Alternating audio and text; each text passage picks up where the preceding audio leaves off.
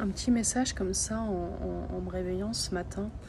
Je sais pas comment expliquer ça, mais en fait, chaque individu vous donne une sorte de bout de leur vie en façade.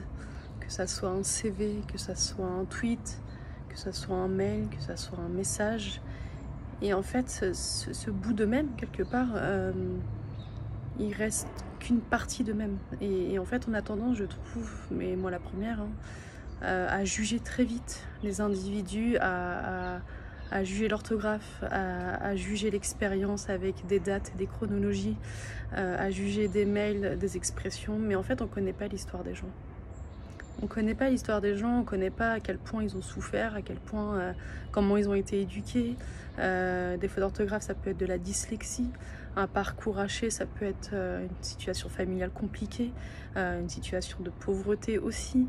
Et en fait, aller dans la nuance, ça demande un certain travail, je dirais, déjà d'humanité, d'intelligence aussi. C'est-à-dire que les individus, ils ont une complexité tellement folle qu'on en arrive aujourd'hui à être dans l'appauvrissement de cette réflexion et à ne juger que ce que l'on voit en façade en fait.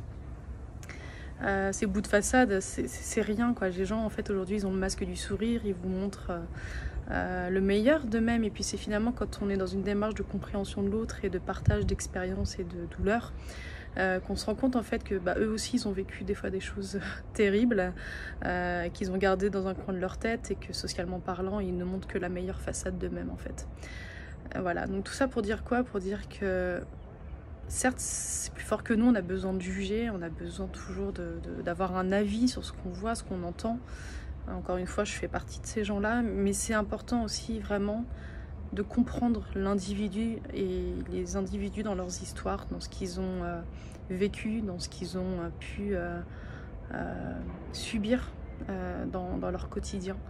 Et en fait, on ne devient pas souvent comme ça par hasard, on n'aimait pas des bouts d'histoire, des choses très personnelles, sans avoir un peu cette envie quelque part que les gens en fait rentrent en profondeur quelque part sur ce qu'on donne en façade en fait.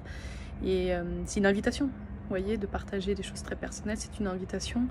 Et on aimerait bien que les gens soient plus dans la compassion et dans l'empathie. Et en fait, souvent on fasse dans cette démarche de partage, parce que c'est un partage quelque part, hein, de s'ouvrir à ça aux autres, les gens en fait ont un tout autre comportement et on le regrette parfois d'avoir justement partagé ce petit bout de soi. Voilà, donc soyez vraiment, presque c'est un message béni oui oui diront certains, ou même peut-être, je sais pas, plein de bienveillance, c'est un mot que beaucoup utilisent à tort à travers, mais voilà, tout ça pour dire que vraiment, apprenez à connaître les gens, que quel que soit votre rôle dans la vie, recruteur, développeur, directeur, le staff d'une entreprise, c'est pas que des numéros de sécurité sociale, ce n'est pas les recruteurs, ce n'est pas que des CV, les gens. Apprenez à connaître les personnes qui vous entourent. Et quelque part, vous apprendrez aussi beaucoup sur votre propre histoire et sur ce que vous pouvez améliorer dans vos interactions au quotidien. Voilà, c'était mon petit message et je vous souhaite à tous une bonne journée.